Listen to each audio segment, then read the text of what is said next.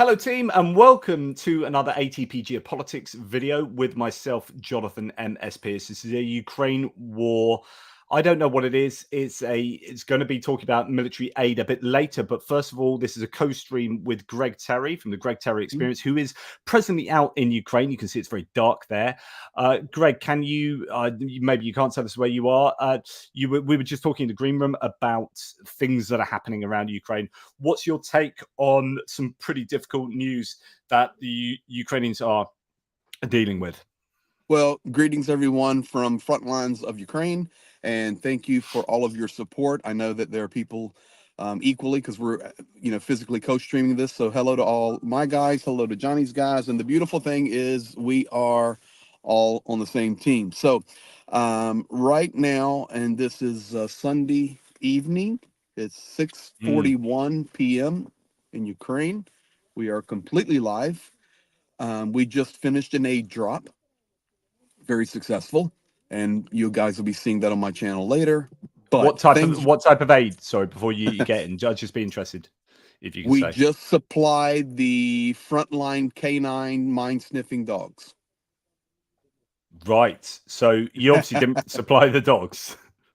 We have supplied the canines this evening with food, with products they need, protection equipment, Brilliant. vitamin complex. I mean, everything. So we received the request. A lot of people on my channel have been donating and saying, okay, help the canines. So today we help the canines. We've purchased the things and we have delivered them, and it's really, really good. In fact, Jenya is out of the truck right now, still talking to the canine unit. I mean, this is happening right now. So that tells you where we're at. But here in Ukraine, the resolve is good, but and we've come through the 2-year anniversary, and there was, you know, um, remembrance events in Kyiv. There was rallies in Kyiv as well as around the world in many different places. All of that's happening and good, and we're thankful for all of that. But the reality here is, physically here in Ukraine, it's quite a challenge right now on the war front. We are losing ground, and the Ukrainian soldiers are not despondent. They're not hopeless. But I think a better word to describe it, and I've been with them all day, is frustrated. Yeah, I can imagine. I mean, my thoughts are this is a swing in a war that you would expect. Like, I think I said this exactly to you before, Greg. This was what I was expecting when the Russians pushed last time, and it never happened. For whatever reason, Ukrainians did a good job of defending, or they're more prepared, or the Russians were less prepared. And the last major Russian or supposed Russian counteroffensive resulted in no meaningful pushes, apart from, you could argue, Bakhmut, and that was always on the cards, and that was pretty disastrous for the Ukrainians, although difficult for the Russians, although difficult for the Ukrainians. Now we're in a position where I think a lack of ammunition fundamentally has allowed Russia to push forward in a way that they wouldn't have been able to if Ukraine had everything they were expecting to have, put together with a lack of fortification building that you've got some things to talk about with regard to, which I think had led the Ukrainians to be in a bad situation, bad position to be able to defend Russia from a Russian attack. Is that about fair? As always, Johnny, spot on.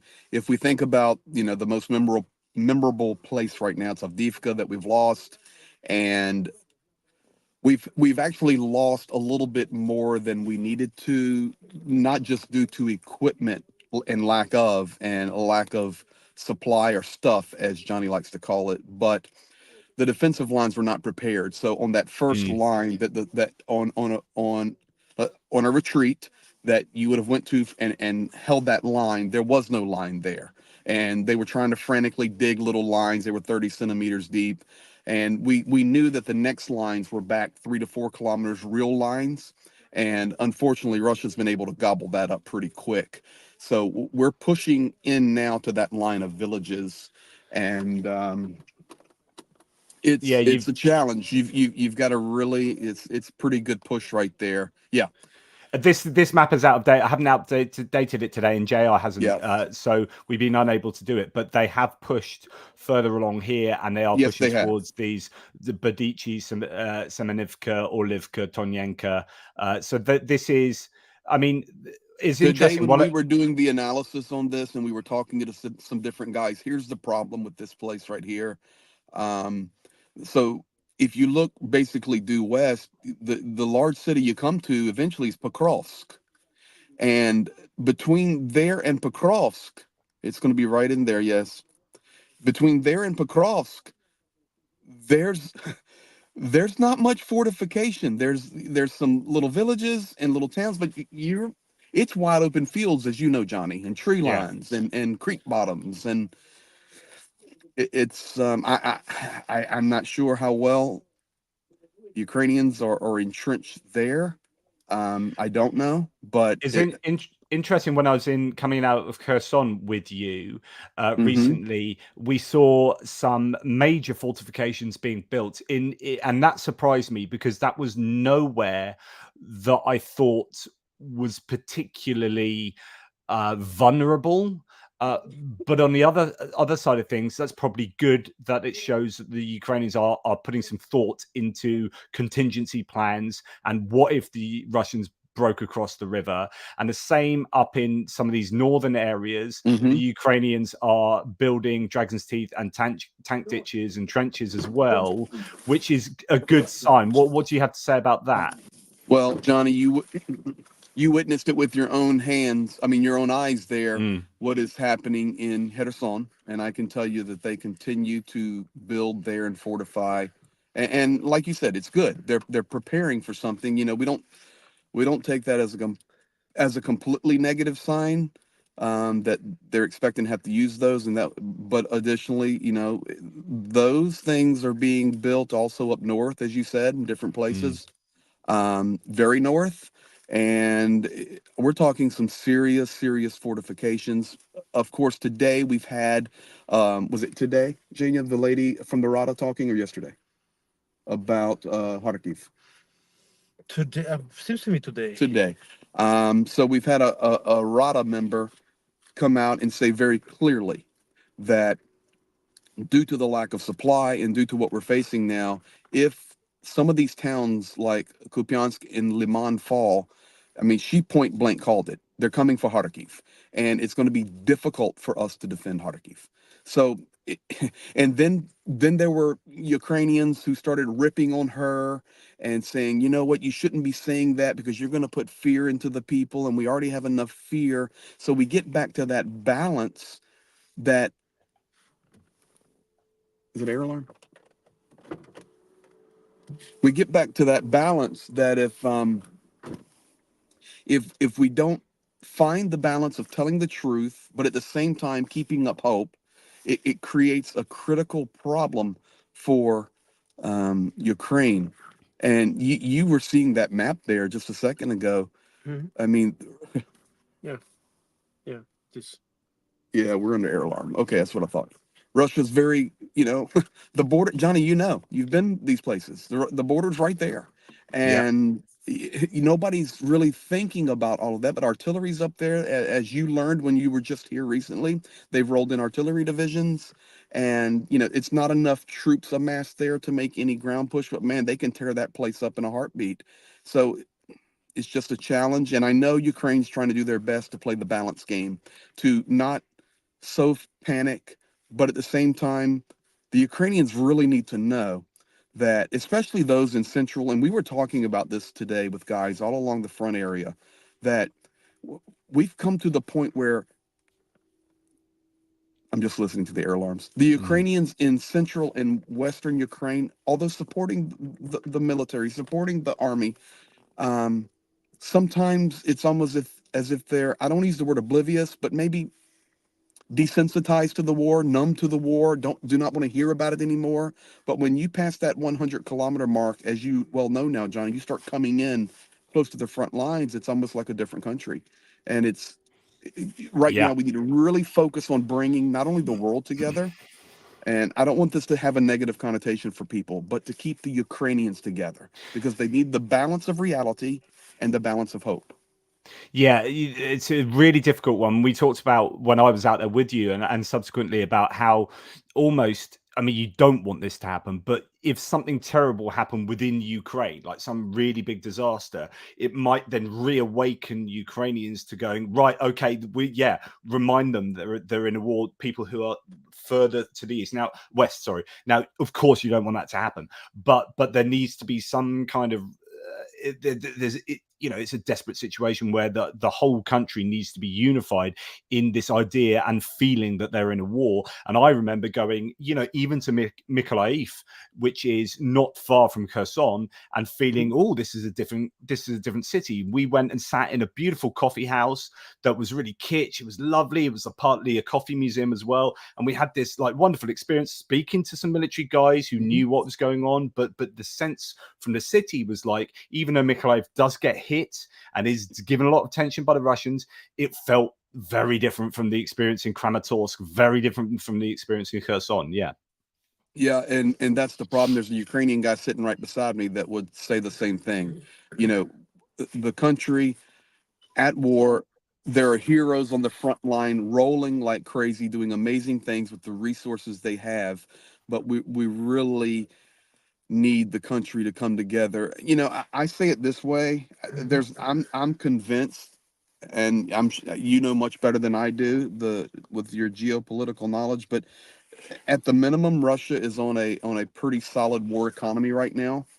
And as well as I do, um, I'm looking at some news coming out right now about Kupiansk. It's having some troubles right now. I mean, literally the second James just showed it to me. But Yeah. that Russian machine is on a war economy, and you can say what you want to. They're manufacturing stuff, they're doing stuff, and Ukraine is as well, but Yeah. definitely not to the degree. And of course, as we know, supply is very limited.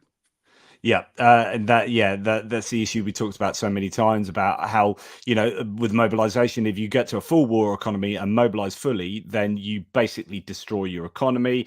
But then you kind of artificially inflate your economy by producing stuff that's only for war. But then that takes away from everything else, and you become a one-tracked economy, and that there are issues to go along with that. So at the moment, it's not going to be pleasant living in Russia, particularly as it moves more and more into a wartime economy. And people might want to run away and get worried about mobilization. And so, you've got to take the rough with the smooth, and it's 6 of one, half dozen the other. And that's the issue that Ukraine is facing. Brian asks, any more word on mobilization on the streets? What are you hearing about mobilization? Well, let me tell you about mobilization.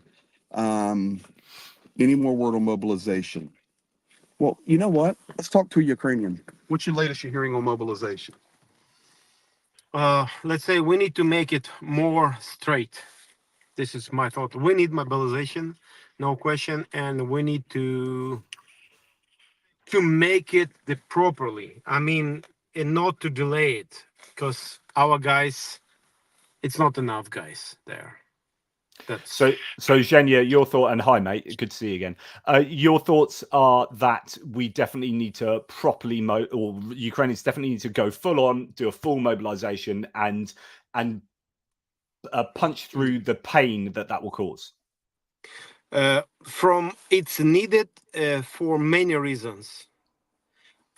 At first the front line, and there is only way to hold what we have and have results there. It's a mobilization. There is a need in that.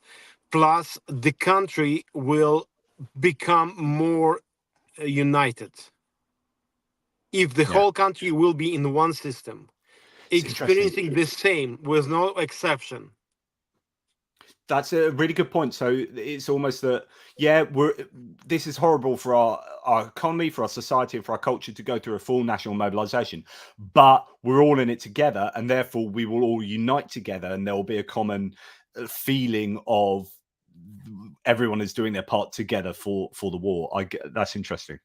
It's needed. It's needed for every family. It's needed for every region. It's needed for people with experiencing in every in any place of Ukraine the same. I Mm, mean, I mean the same. mm, I hope it's not. I hope like we will not lose so many, but we will. Sorry, with that situation we have, everybody needs to pay a price. mm. Yeah, If it would be like 10 cars, 20, 100 cars, like trucks like ours, yeah, bringing needed help, it would be much more, and there is much more people who can help, much yeah. more organization and businesses who can help. And I believe this is just a need. It should be, it must be like that. Interesting. Well, thanks, Zhenya. I mean, any news about? Someone's asked: do our troops or do the Ukrainian troops on the front line get news about the shooting down of Russian AWACS and other aircraft? Do they hear about the good news or news in general, or are they just in their frontline bubble? I don't even know the answers No, to no, that. And they get the news. They Yes. know what's going on, and yeah. it helps them, it inspires them. Who shot down the plane? This my video this morning went into like the end result is don't really know because the There you Ukrainians are go. claiming It doesn't matter. It went down. Good yeah, answer. yeah, exactly. Yeah, yeah. It's like the Let me Ukrainians are do claiming it, something. the Russians claiming it. It Let me happened. do something real quick since we're Yeah, co-streaming. yeah. How bad was Khmelnytsky hit last night from Ricochet? I'll get that I meant to information ask too. that. I did mean to ask that. Oh, Sorry, have no update. we'll check and we'll let you Yeah. know. We're nowhere near Khmelnytsky. Mm, We're somewhere near the South Panama Beach, Florida coast. lovely. Um, I can see. Let me hit a couple of these real quick. Looks like a bunch of hot air regarding Transnistria. We shall see. We shall Yeah. see. Yeah. Don't know. It I could go. I That's a 50-50 as far as I'm concerned. But I yeah. have a okay. So if anything does unfold from Transnistria, that's going to have been planned for years and years and years. I've been there. Zhenya and I've been there. We've been all through Moldova 10 times. We know Moldova pretty well. And could Moldova go a little goofy, or the Transnistria region go a little goofy? Could there be an appeal? There could be. But if it is, it's going to be planned for years from Vladimir Putin. I'm just telling you. So Yeah. we'll see what happens there. Um, Let me do a couple By more the here. way, All of SM Wolf. This is for Mhm. you, SM Wolf. This is one of yours. Greg JP, thank you for all you do. Please give Pete a hug when you see him again. Love to all brave soldiers and my 3 kids, and I in Cape May, New Jersey. Slava Ukraini. Awesome. Uh, Thank you for that. And I did, and I will see Pete again here in the very near future, and I will again. Thank you. I've given him hugs and kisses and everything, and thank you guys. his video went viral. If you haven't seen it, like it's so weird seeing Pete. I've met Pete, and we sat Hmm. in a restaurant together, and there he is being shared by all these different platforms, giving that rant he gave about the West giving help, not giving Yeah, help. and what was interesting is that video. I was the first person to see it because Pete and I've become really close now. And Pete sent it to me, and he says, "Greg, my admin team is not wanting to post this, and I just feel sorry, Johnny, but I feel from God I should. Of course, you feel from intergalactic Yep. moonbeams that you should, and and and and he sent it to me, and I'm not going to be the biggest f-bomb guy and any of that stuff, but he says, man, it's raw, and Yeah. I said, Pete, in this situation, what's not wrong with telling the truth? Because in Mm. reality, you are, and that's going to take me to something else here in a moment from Czech, a Can I comment. just say this is Yeah, from do your Pete? thing. Actually, this is my little shot glass that Pete gave me. That is actually a grenade canister, an empty. I'm not sure I should drink any shots out of that without. I don't know. It looks, but I, anyway, thank you to him for giving me that. I need to give a big shout out to Paul Kiss from Greenville, PA. He is a massive supporter of Ukraine. He's a Canadian, Pennsylvanian. Now, SM Wolf with $10 super chat. Thank you. He's getting the hug. Hey, Greg, Blue Wolf CZ, check. Since you're in contact with Pete, let him know about the misinformed 800,000 shells that one small country is trying to provide for Ukraine. I left comment under that stream. Yes, actually, we talked about that today with some other people, and the understanding was given, and how that Czech's really trying to do a good thing, but they're needing some help. In fact, the people we were talking with, and Johnny, you probably know more about this than I do right now because we're running nonstop, and you know how it is when we run. Yeah, I'm Um, going to be talking a little bit about this later okay, afterwards. But yeah, carry what on. they were sharing with us is, you know, France right now is giving a couple of issues. So I don't know any details about that, but the people we were talking with are in the know. So The France issues are that they want the EU centralized EU money to be spent within the EU, so that if they're going to buy shells, those shells need to come from within the EU, so the money doesn't go out, and that money multiplies within the EU, which is a bona fide, like, in from an economic point of view. If you're considering nothing else, then yeah, absolutely.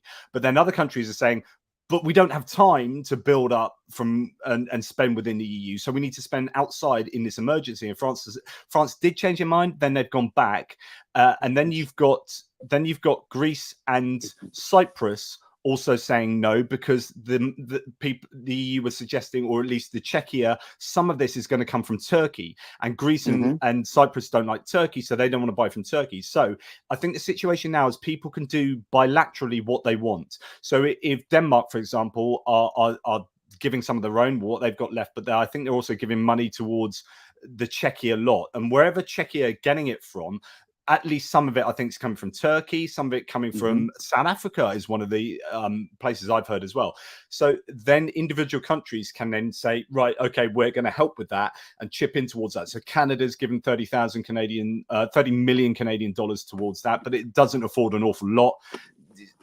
Everyone chips in, then things will happen. The latest is that Europe has said 170,000 rounds will get to Ukraine by the end of March. So that is good news. They really need like 200,000 rounds a month, but 170,000 is Europe helping out somewhat, but little too late. Okay, so all of that lines up. I want to finish with Blue Wolf because I respect this person, and Pete's not unjustly upset at Czech.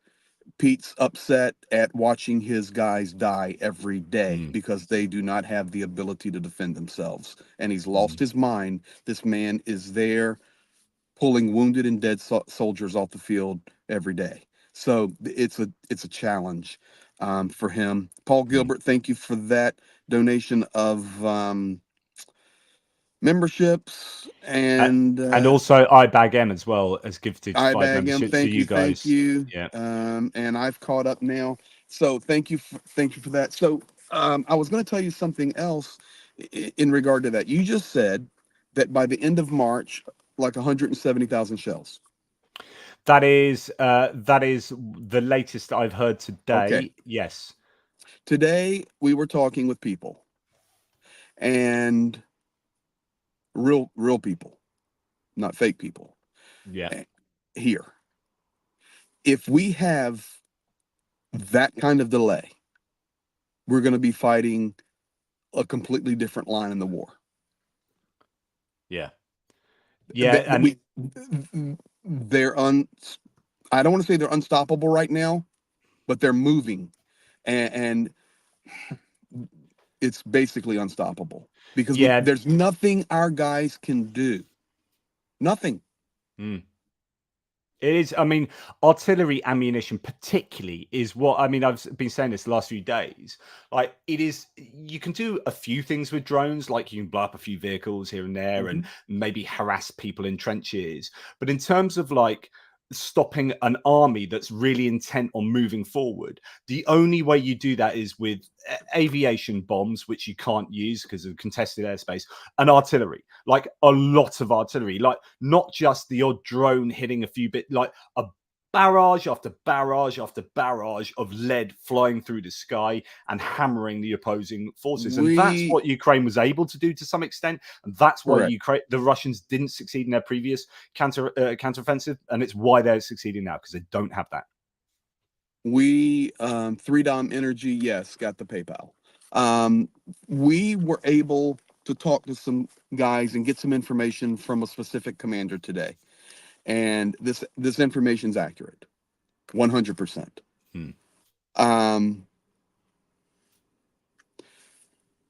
With the lack of artillery, with the lack of shells, for example, Today, on the frontline areas, the Ukrainian tanks are riding around with 2 shells in them. Not 10, That's not 20, interesting because I didn't think it was a problem with tank shells as well. I thought it was. 2.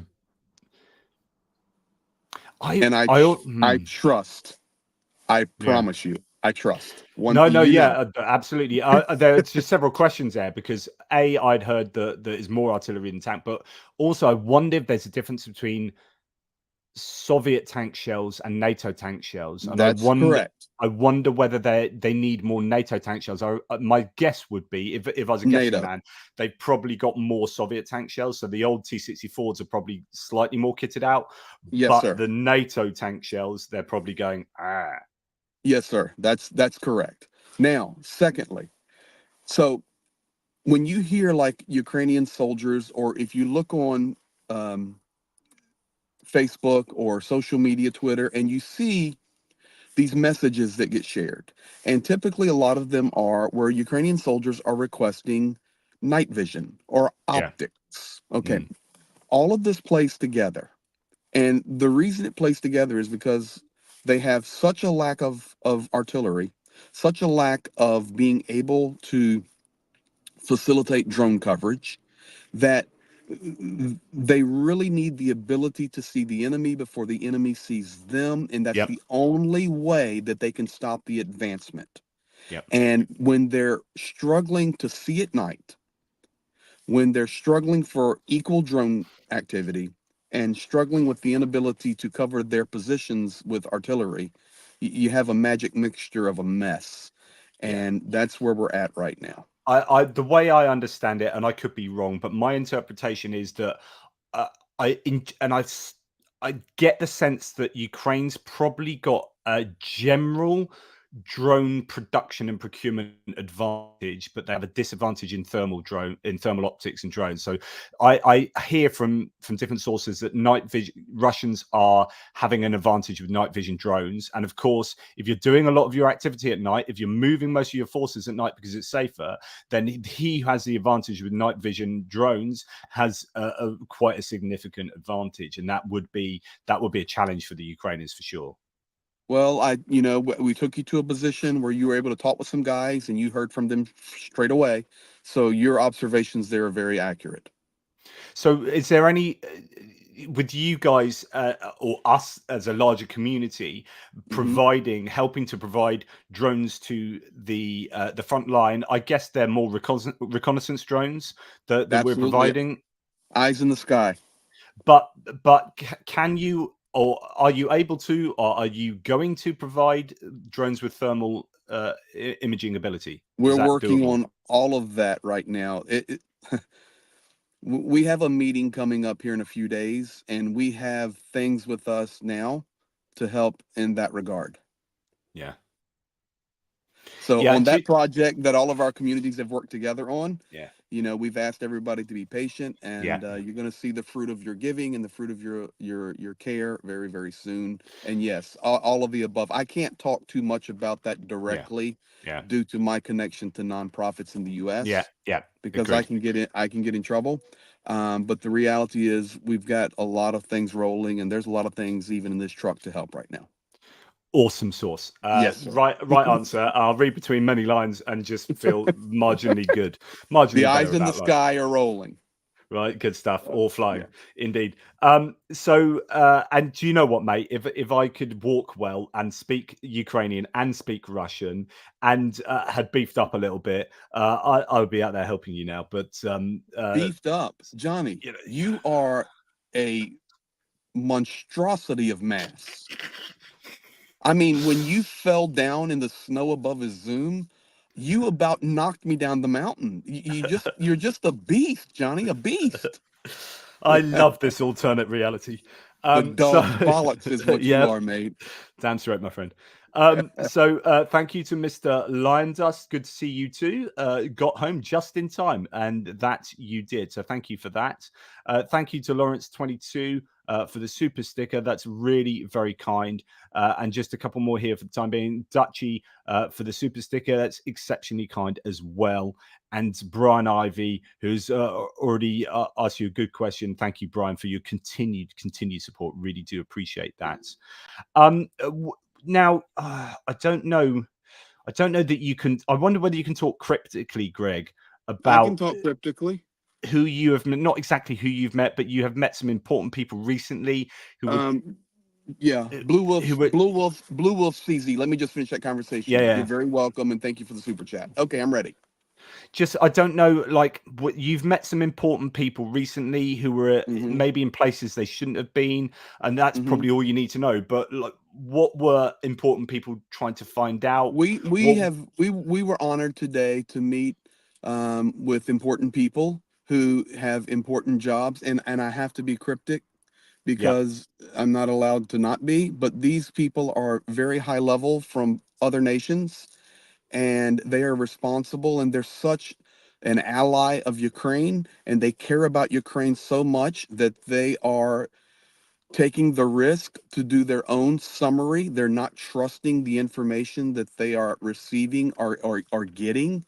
And so they actually have a trip underway where they're just taking a look for themselves to see how best their nation can help Ukraine. And it was an honor to sit with these people today.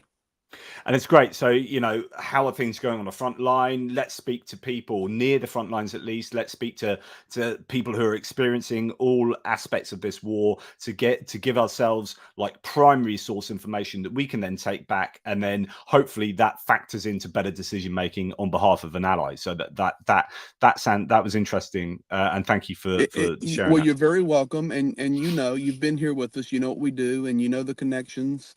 And when we say that that's what's happening, that's what's happening.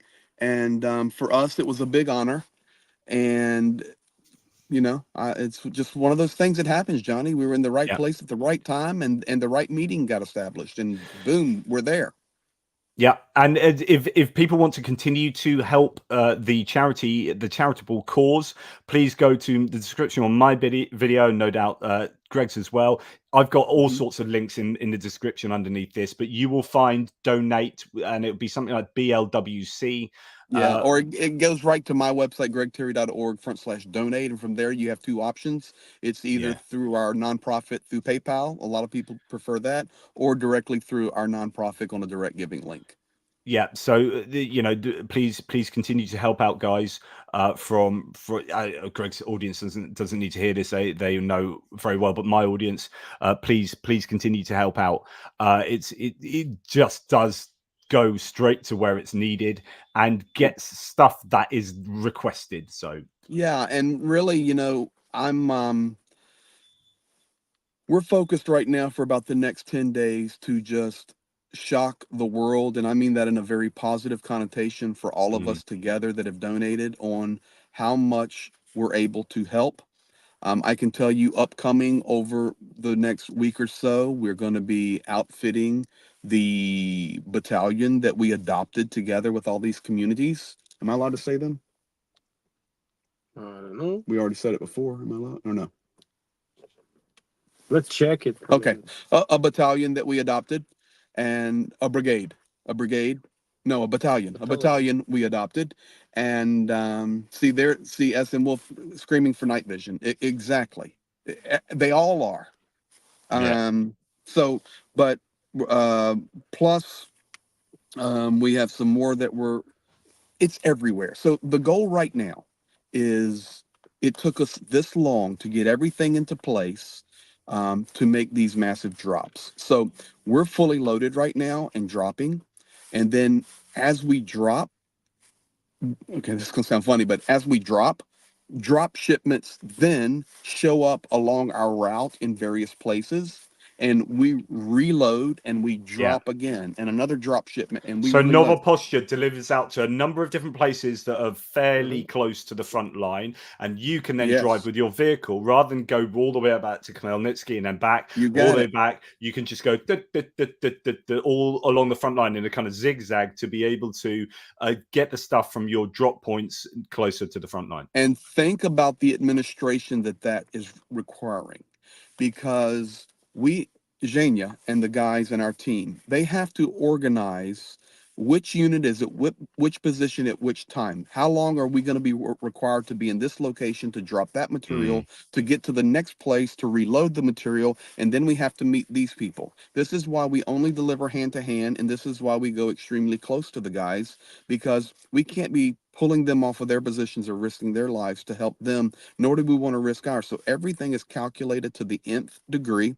And sometimes we get caught up, we get hung up, and we have to spend. I mean, we've been hung up in Zaporizhia for 5 days sometimes delivering aid because we had other things going on, couldn't click out. And that's just the flexibility you have. So when I come here for 70 to 90 days at a time, it takes that long mm. to do all of this. Now, How so much longer have you got out there? I'll be here until April. Right, cool. Hey, that's plenty of time for you to come back, Johnny, and all of your fierce muscleness. Welcome, Oh, I'd welcome. love to. I'd love to. now, I'd love now to. I want to say this, and I just want to ask people, because we're really getting connected now with some different um, groups here in Ukraine Mm, and around the world that are significant, and they're like, okay, dude, I don't know who you are and where you came from, but you're doing what we all want to do. I said, yes, we are. So why don't you help me share it so that others, we've got the operation in place. Help us spread the word. Help us spread the word. Tell people, go subscribe to Greg's channel. And because the more we can spread that base out, if we have 1,000 people giving $10 versus 10,000 people giving $10, we're making a tradition, a massive difference. So guys, I'm very serious on this. You hear it on every YouTube video, but please tell your friends, tell your neighbors, tell Uncle Johnny at the dinner table, and that's not you, Johnny. But you can tell me tell too. tell tell Uncle Dave, and spread it, because it's so important, and people want to see that their donations and their care is not going into a black hole of the abyss of corruption or some huge organization that is sitting on it and not delivering it. Mm, We have the infrastructure in place, as you know, Johnny. um, we took you into Kherson and you didn't even have to show your passport, brother. We've got mm. the infrastructure in place, and you can't get into Kherson. So you did. It's So a shame. just I help wanted us. it stamped with a curse on stamp, but it didn't happen. And it's not bragging. It's just the reality of all these years of labor. And now Yeah. people are starting to recognize it. So help us, because right now, the goal, drop this massive amount of aid and let the world see it. Let our community members, and that's all of us, you, Prof. Gertis, Rick, Mm, myself, and others that have jumped on board, see it. And then I'm just going to say this right now. I received a message from our administrator there in the U.S., Pastor Kent, there at our home base, and he says, "Greg, a man just reached out to me, and he's watching you, and and he says he has been looking because he has such a passion to help the Ukrainian people. And this guy wants to do something off the charts. I'm talking mega. this Okay. reminds me of that because I was talking to you. Sorry to interrupt, but I was talking to you about needing to get corporates on board, and you talked about a lawyer before, and I was like, "That's amazing." Lawyers on board, but this is this is crazy, but doable. And if we can validate to the world, which we've done a good job of, we communicate every day, Mhm, all of us working together, they don't mhm, see us fighting. We're all on the same team. And mhm, then we can really drop this stuff and then come back and say, okay, guys, let's try this. Mm. And I'd rather try and fail than fail to try. Okay. And On that, I'm talking about something that all of us would sit back and go, my goodness, we're saving a lot of people's lives. brilliant. I don't Mhm. know what you're talking about, but I'm super excited with that infectious positivity you've exuded there. A number of people have asked me from a UK point of view. I know you do this from a US point of view, and I don't know if you have the wherewithal, the desire, or whether it's even worthwhile. But a number of people have asked me about registering charitably in the UK, where that's doable in order to. So in the UK, we have something called gift aid, and if you give Okay. something, then the UK government gives an extra like 20% or something. You know, there are things in the UK that would mean it's beneficial to be registered for UK people to donate. But I don't know if that's worth your while or it's something Well, you I'm wide open to that, and our bigger organization, we already have nonprofits in UK, 100%. That would be Serious. amazing if you could do some kind So of you're like giving me even a information. PayPal or You're some giving kind of yeah.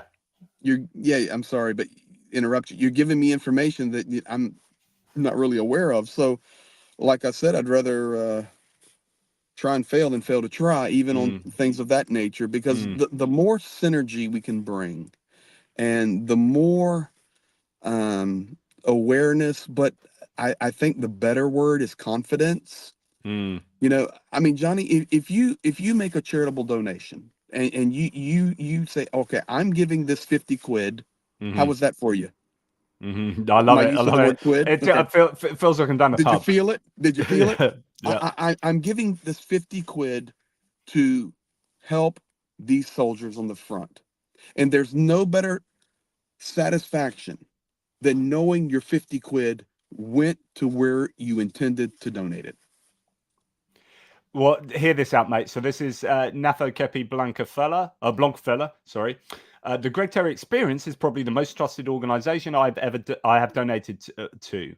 Although there are so many that urgently need assistance, and there are so many good ones out there, it's not to decry Absolutely. very many, but it's hard to sit and watch what's happening. And so therefore, you know, Greg Terry Experience and what we're trying to do here is, I think, as good an organization as any, and better than many, actually, We or better just than most. we're very close here, guys, where we're at right now. And we just came through a very serious block point.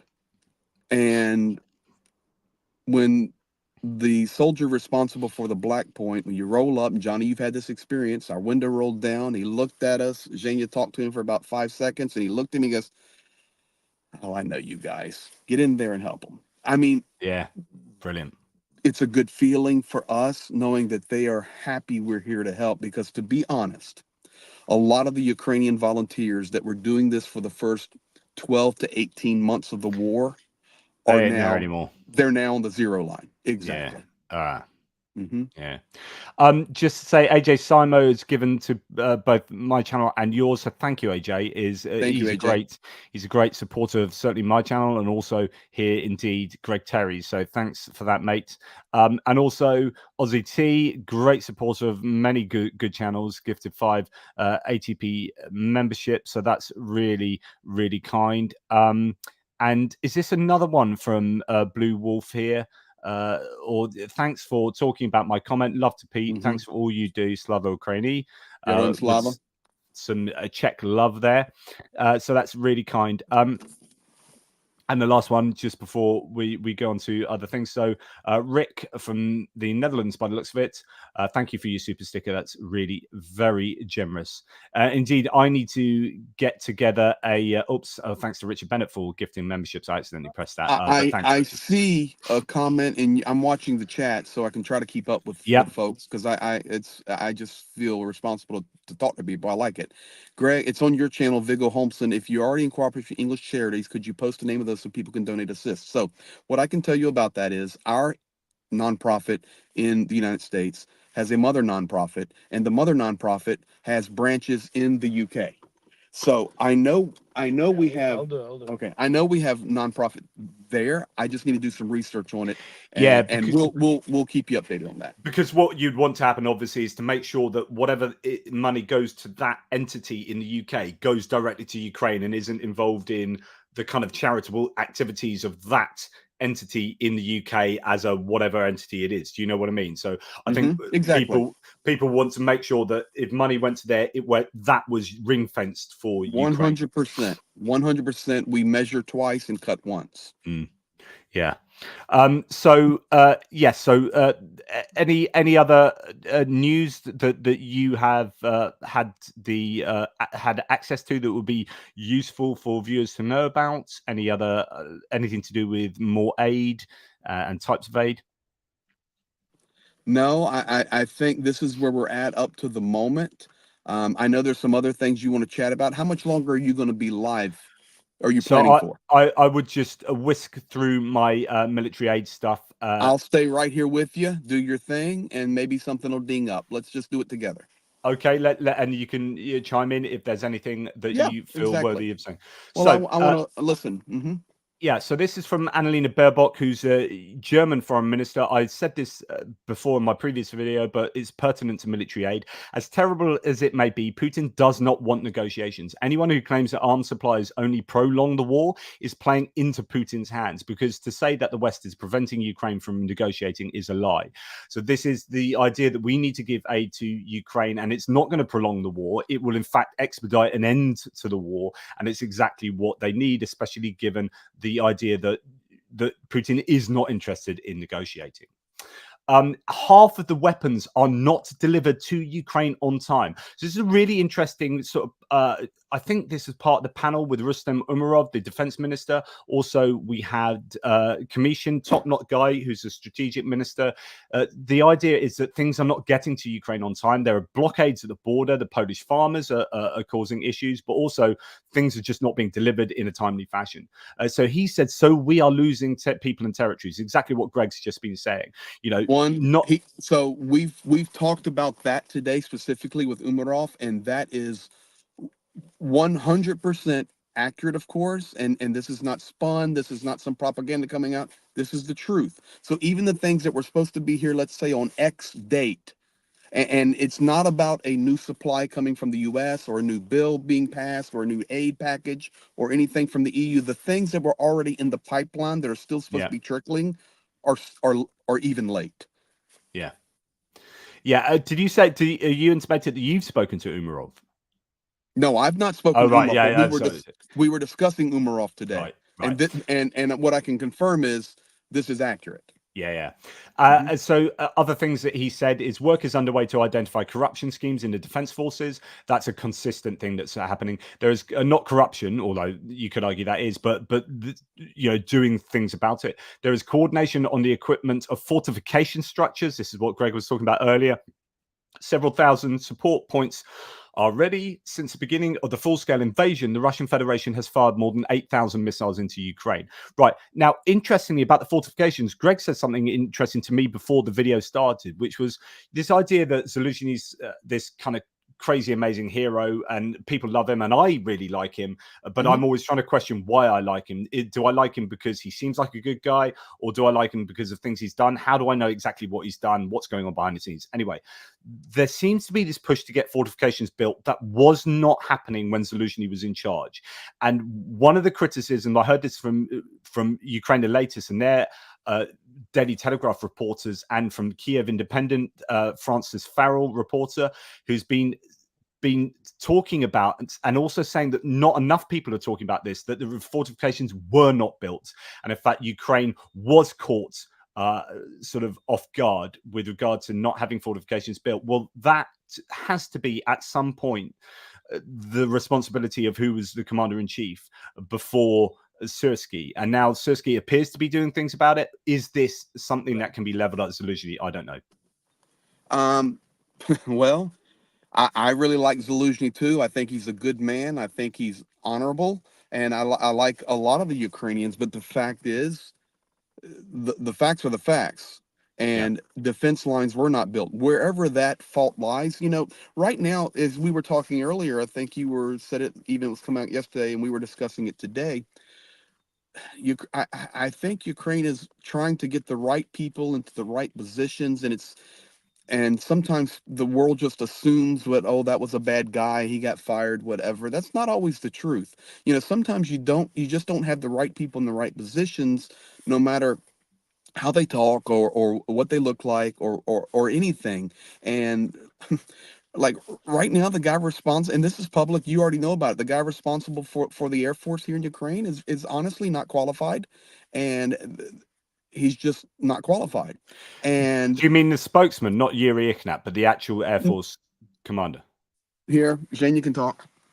One more time, sorry. Air Force not being the Air Force, the guy responsible for the Air Force not qualified for. It's already public F-16s. Okay.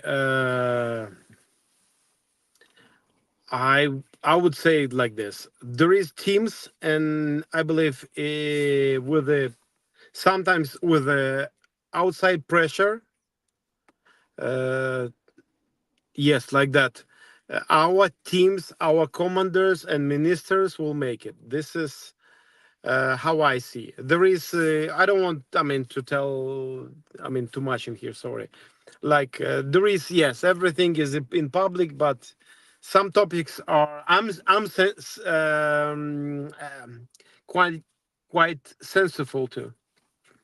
Sensitive, So sensitive, sensitive yeah, too. well, I reported yesterday that, and Greg confirmed this to me again, talking before the video, that it's true that the infrastructure is not in place for the F-16s, and that's the challenge. It's not the F-16s themselves, it's not necessarily the training, but the Yes. infrastructure. And I was wondering whether that's maintenance teams, whether that's this or that, but it appears to be the air bases, maybe the runways. It could be, I don't know, I'm completely guessing here, guys, but it could be where you keep the F-16s safe. So can they put them in hangars or underground in ways that they can't get hit by missiles? So I don't know, that it could be that's Or yes, there is a problem with in it, but a much bigger problem. It's just consequences of what we have during the previous years. I mean, since 2014 and even before, Russia were preparing, they were doing, and that's sad, but they had some influence on our army as well.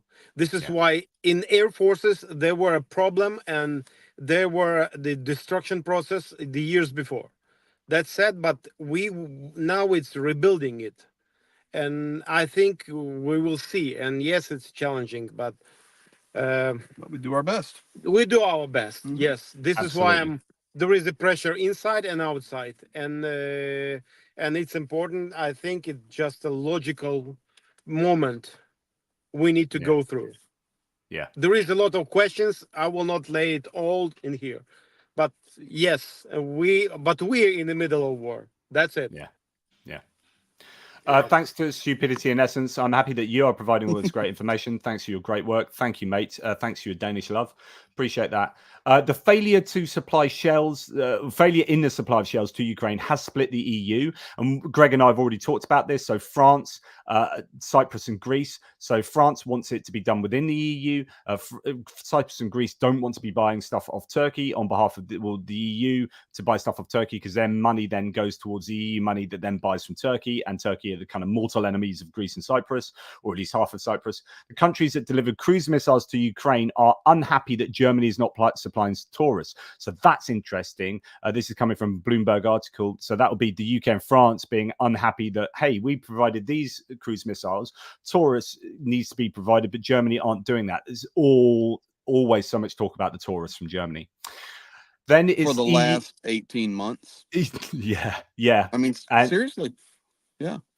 I do. Yeah. The arguments to me don't really add up enough. So if it's the fact that Taurus can fly further, then that's just a matter of range. And actually, that's, you've moved from M777s to Storm Shadows, so there's your range change already. Just adding another couple of hundred is not a category difference, we say in philosophy. It's not a category difference. It's just a matter of this over that. Johnny, even if the Tauruses were here right now, and F-16s were going to be here in 2 months, and because everything I'm hearing now is the earliest, they could arrive, but it will not be before September now due to other extenuating circumstances, and all of that would be great. But if these guys do not get 155 millimeter shells where they Yeah. can defend that line, and I know all these other things will help, but if they do Yeah. not get artillery, Yeah. those things will only be X amount of helpful, whatever X Yeah. is. And I mean, the good news is that the EU will transfer. So there was talk about, oh, the EU failed to get 1 million by the end of March, and it looked like they're only going to have 500,000 or so, or sometimes 600,000. I don't know what the figures are, but apparently another 170,000 will reach Ukraine by the end of March. Obviously, that's almost like the most important thing that we'll talk about today. If that happens, and if they can fulfill that, then that will be a huge help. That's according to Dmitry Kuleba, who's a Ukrainian foreign minister, speaking to Joseph Borrell. So fingers crossed that that's going to happen. I did a video yesterday about the difference between Ukraine and Russia going forward. Russia at the moment is making stuff at maximum. I think they haven't got too much headroom to expand. And so my most optimistic position is this: things will, like, forget the front lines, just talk about economies and production, right? Front lines, there might be some shifts. Ukraine might lose a whole load of land in the next couple of months. But in terms of going forward, Ukraine's production capabilities and capacities inside Ukraine and with European and American help is only going up, and actually is going up in fairly significant ways, although you might not see that for like 6 months or a year. Russia is rating at max or amount of headroom to push that even further, and they will need to depend on places like China and stuff to help them. So my most optimistic is that this, the worst Ukraine will be at the moment, and everything going forward will be better in terms of the production and procurement of shells. Okay, so let me throw one spanner wrench into the that. work. Let me throw that. I don't disagree with anything you just said, but there's one piece of the equation we have to think about. And I can tell you today, I asked a direct question straight away.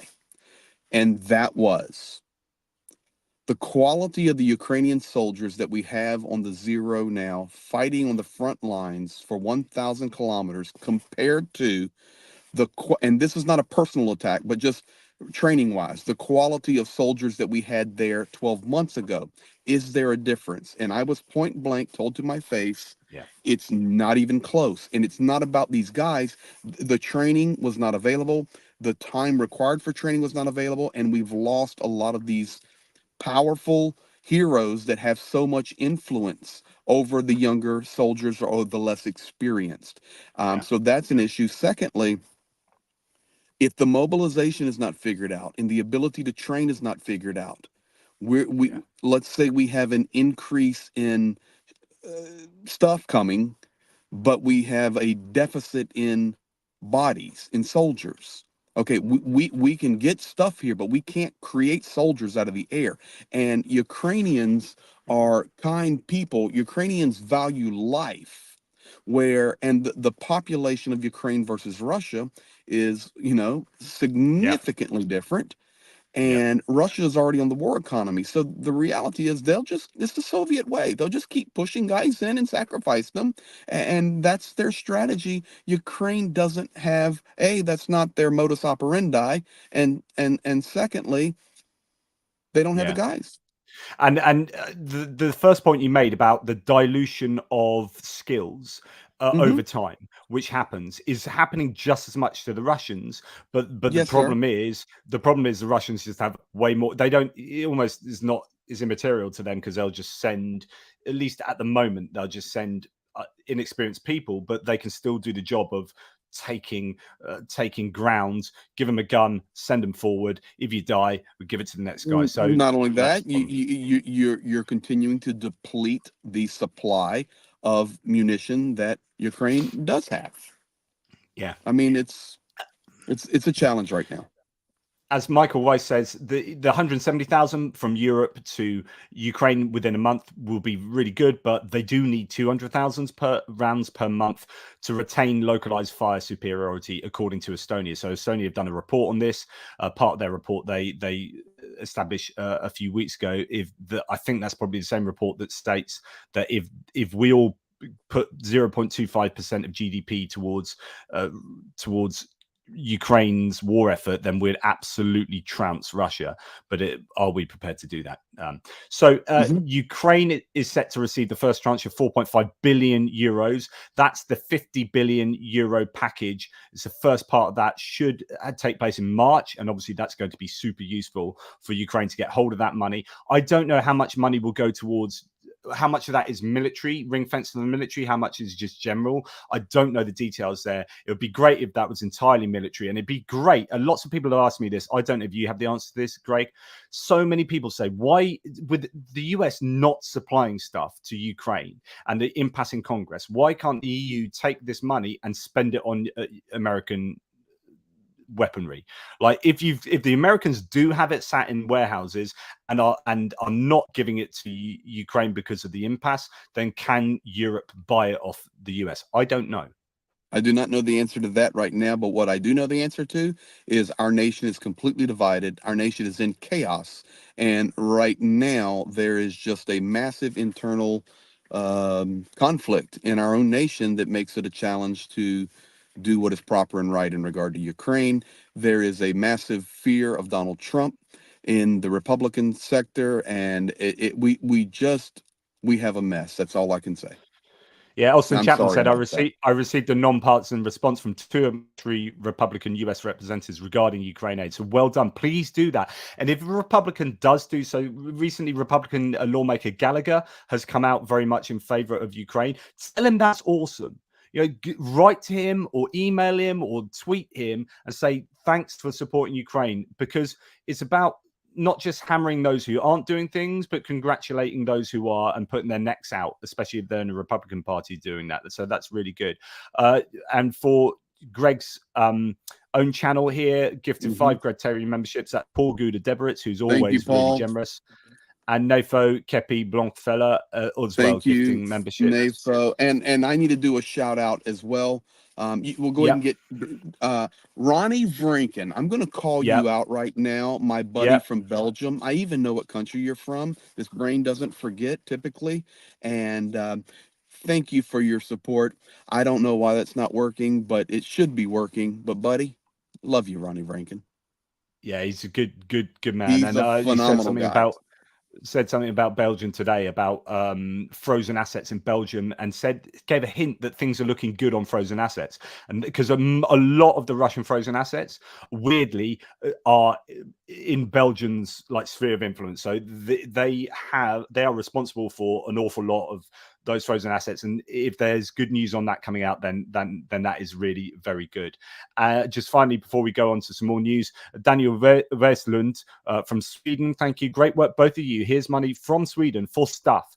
I am due to give Greg another dollop of my own kind of aid and stuff. So that will go contribute towards that. So thank you. Can somebody give me an interpretation of dollop? Just a big dollop of ice cream, big dollop of gravy. I'm just messing with big you. dollop of aid. So going to the key independent. And Swedish Defence Minister Per Jonsson are meeting. They met yesterday and discussed the prospects of joint weapons production. Again, this is the importance of what's going on with the joint with international manufacturers. This is so important. So when I say it's looking good for Ukraine going forward, it's exactly this kind of thing. So if Swedish manufacturers are coming and setting up in Ukraine, then that's something that isn't happening in Russia. I mean, honestly speaking, every time something like that happens, you have to think, is this happening in Russia? And the answer is no. And that's what but it's long term. I mean, that's going to be a year down the line before anything's going to be built or whatever. So, but it's good news for the long term sustainability of Ukraine's war efforts. Production defense and future negotiations for signing a bilateral security agreement, according to Zelensky's office. British Prime Minister Rishi Sunak has called on the transfer of frozen assets. So that's what we talked about, frozen Russian assets to Ukraine. Quote, first, we must send the billions of dollars in profits that these assets generate to Ukraine. Agreed. And then together with our G7 partners, we should come up with legal ways to confiscate those assets themselves and send them to Ukraine. Agreed. According to Sunak, is a way to hold the Russian state accountable. Agreed. And the British Prime Minister urged the West to be bolder in helping Ukraine in other ways as well, by giving it more long-range weapons. Agreed. Taurus. Drones and ammunition. Agreed. Everyone. And by undermining Russia's economic ability to wage war. I also think in that Times article that's quoting from, he was also putting pressure on the US to give more stuff. But interestingly, when you see the US and UK support as a percentage of GDP, like as a percentage of how big our economies are, at the bottom of the list, like the UK aren't as bad, but it's interesting. The US is at 0.3%, which is like way below sort of these much smaller nations, but smaller economies giving a larger percentage of their economy is not as good as the US giving a small percentage, but of a massive economy and a huge armed forces as well. So it swings and roundabouts, different ways you can slice and dice the stats. Okay. Additionally, the UK MOD, Ministry of Defence, signed a series of contracts with the English defence manufacturer Cook Defence Systems to produce hundreds of new tracks for UK armoured vehicles. Again, do international defence manufacturers help Russia in the same way? I don't think so. So that's good news. Moving on, the production of drones has increased 100 times. Prime Minister Shmyhal Umarov said that 50% of web deliveries are late, which is why we lose the people. Now, the idea that drone production has increased 100 times, then you've got commission top-notch guys saying Ukraine's capabilities for 2024 are 6 times higher than 2023. Now, how does that marry 100 times to 6 times? If I'm being charitable, it could be that since the beginning of the war, it's increased 100 times. But since 2023, 2024 will increase 6 times, which is built on 2023 increasing on 2022, maybe 15 times. And that gives you over 100. It gives you about 100 times. So either way, each year, Ukraine is upping their production of drones. He says the capabilities of 2024 are 6 times higher than they were in 2023. And 2024 is going to be a big year. Well, he continues that. Ukraine is to ramp up production of ground systems, the UGVs, unmanned ground vehicles. And Greg has seen, he's ridden on a UGV. I was there with him riding on a UGV, weren't you, Greg? Yes, I was. And I'm going to be riding on it again. So the minister said that the massive production of aerial and sea drones has already been organized, and now the next goal is to make the same with the autonomous ground systems too. And you know, the charity that you guys are helping to support with what Greg and Jen are doing will help to deliver some of those vehicles to frontline troops. The Minister of Digital Transformation, Mikhailo Fedorov, has confirmed that Ukrainian troops are able to remotely control drones, not only close to the front, but also from the rear. Quote, it already works. Only now the product line is expanding. Today, technology allows it to be done, but it is not about all types of UAVs or platforms in general. And it is not about mass application, but I think it is a matter of time. I'm not quite sure the English there, but basically they are doing things with drones, with ground drones as well, that operate both at front line, but also behind the front line. You've also got demining, autonomous demining drones, lots of things that can help. And technology, this is what Zelensky was talking about really leading on the technology front. And then to go back to your top knot, man, the most important program is missile program. We have a long range weapon that can hit targets at a distance of 700 kilometers, he said. Again, this is in light of Zelensky saying Western long range weapons are not to be used outside of Ukraine. So he's promised, and I think this is to try and get Taurus given and other such ATACMs and whatnot. We promise we won't use them outside Ukraine into Russian territory. Ukraine will use its own weapons on targets outside of Ukraine's occupied territories. So that's important that then you've got commissions saying we have 700-kilometer missile capability. I can't wait to see these produced at scale and to see these used. I don't know if you got anything to say about that, Greg. No, I you know, as I watch you go through all of this, I'm actually enjoying it, of course. Not only your accent, but the information. But it just pushes me to start thinking a different way. And this is a philosophical question, Johnny.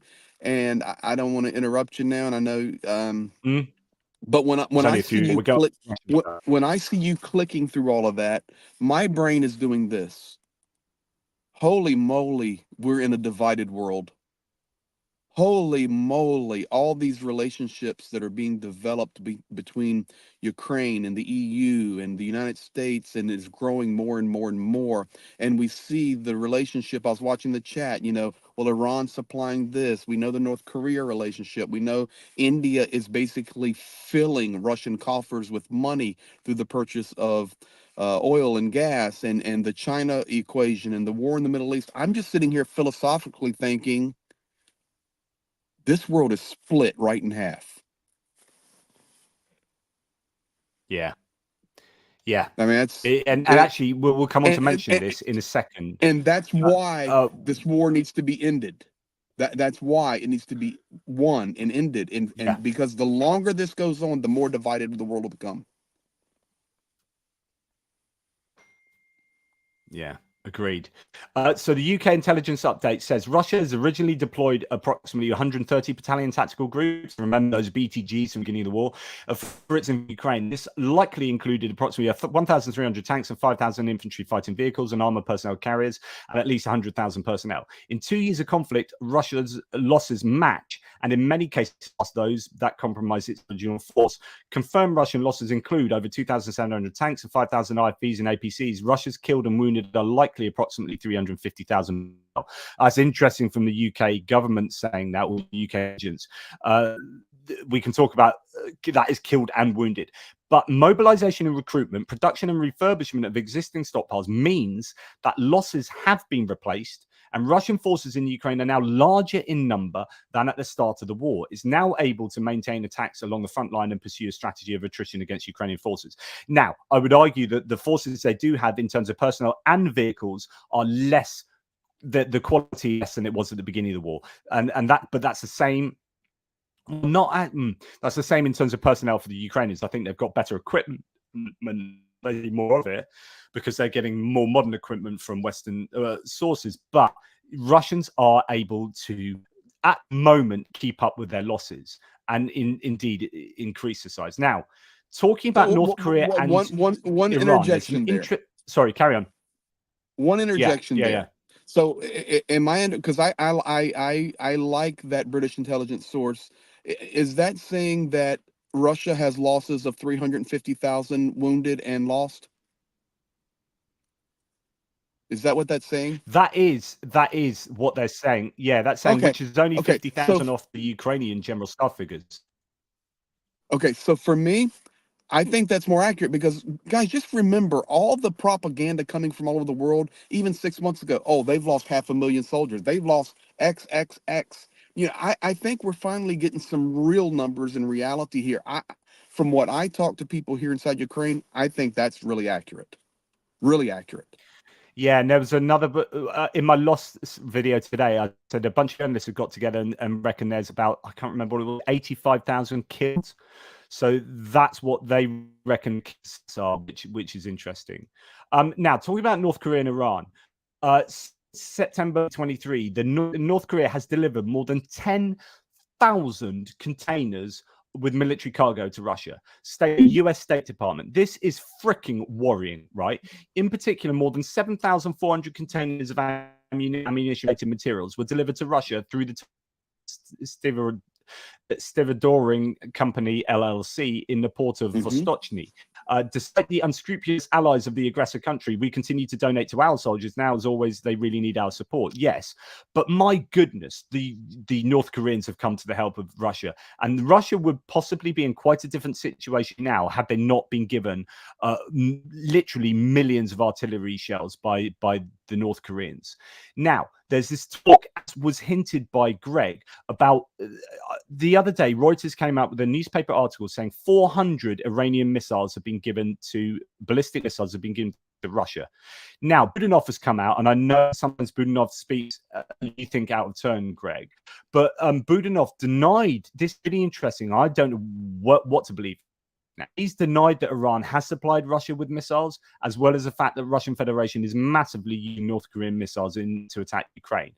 Quote, there are no missiles in Russia and only a few North Korean missiles. That's not North Korean ammunition, artillery ammunition. That's missiles that were used for strikes. It's not large scale. So that is putting paid to some of these claims that Iran has given 400 and North Korea given loads. They've given a few missiles and Iran not at the moment. So I don't know what to think about that. Well, I can tell you this. Budanov's respected here, and he's like, but I'm gonna tell you, it aggravates me with half the things he says. And so many times, I mean, even 18 months ago, we're going to have Crimea by April. We're going to have this by June. Russia's running out of supply. For me, I respect him, but I don't listen to anything he says anymore, personally. Yeah, fair I'll tell you this. I'll tell you this. Today with the group I was talking to, tell me. They were sitting there, and you know who I was talking to. They were sitting there going, man, South Korea could supply. South Korea's loaded. South Korea could supply Ukraine. I know. And it frustrates me. Listen here. Now so this was my response. This is why Rocket Boy keeps shooting rockets off every once in a while. Putin's buddy over there landing in the Sea of Japan, because it just keeps the pressure. It's just logical, guys. It's not complicated. That's a great. Greg's the thinking man, so that's pretty clever, isn't it? So keep the South Koreans on their toes so they don't give overly to Ukraine. Yeah. Interesting.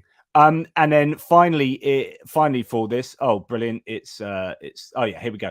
Dozens of Russian T-62s at the railway station in Yevpatoria and Crimea. So the Russians are still, I think, getting out their old tanks, their old self-propelled guns, their old howitzers. They're able to refurbish these. The question is, I mean, these might not be refurbished. These could be fixed up, damaged ones from the front line. So I just don't know. But the question is always, how long can those stockpiles inside Russia last? They are eating through the howitzer stockpiles for sure. There's been satellite imagery to suggest that. The question is, the ones that are left, are they able to be cannibalized still? What's the long-term prognosis for the Russians in terms of what they can do? Because at some point they are going to be relying on having to build new stuff, and that could be where Russia comes into trouble. If their manufacturing industries are able to refurbish but not able to really build from scratch, the numbers that they're losing, that's when you having a bit of an advantage. I just wanted to, as Greg's on the line, because Greg did read this. There's 102 comments. I need to go and look at them. This is an article I recently wrote called "Crosshairs: A Christian Fighter in Ukraine and the Question of God in War."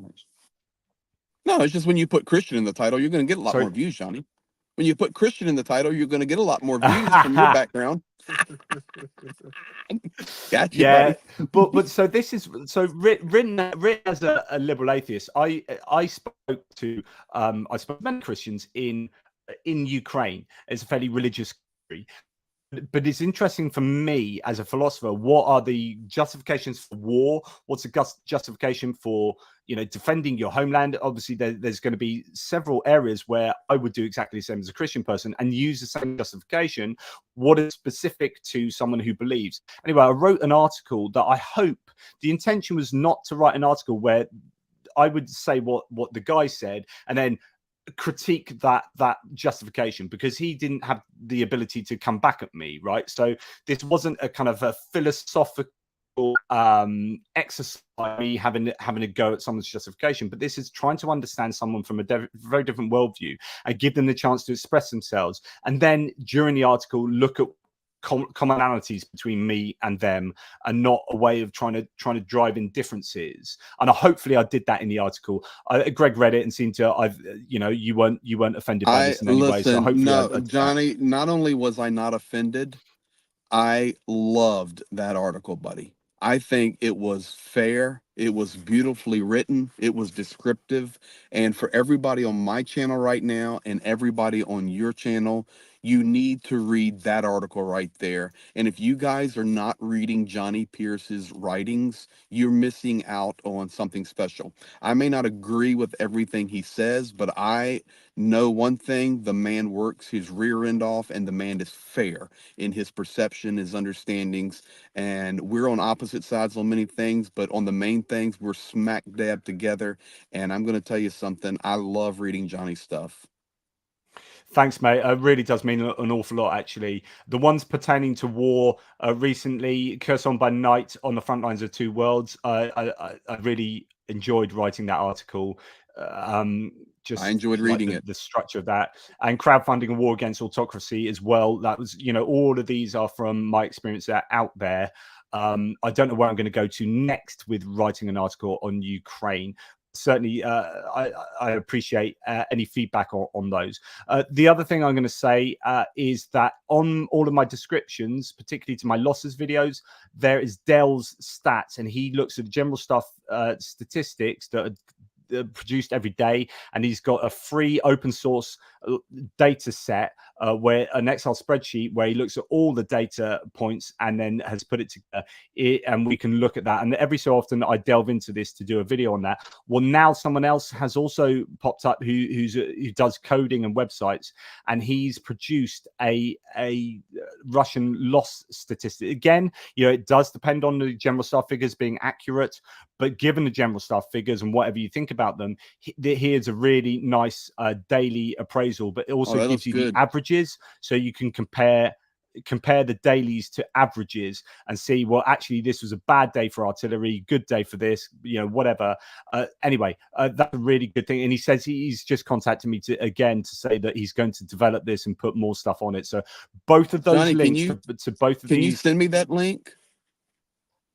Yeah, I can. Okay, not now. I'll later, put it later. on the chat here. Yeah. Thank you. So I think that's another really useful thing, and that's from Bill. So Awesome. both Dell and Bill doing great work, and I just absolutely freaking love the fact that people come together to do things that are. I've just sent that to you on WhatsApp, mate. That people come together and do this for the good of for the good of Ukraine, hopefully, and for the good of the information spaces that we all inhabit. So really appreciate Dell and Bill here for the work they've done. Fantastic. And that's done. I'm going to just give some thanks to some super chats, if I may. Do it, Greg. Do it. Yeah, do it. So just thank you so much. I think I've said that of those people. Thank you to, this is one of Greg's ones here, Tara Mama Big English. Super sticker. Thank you, Tara Mama Big English. Paul Gilbert, again, so generous with ATP memberships there.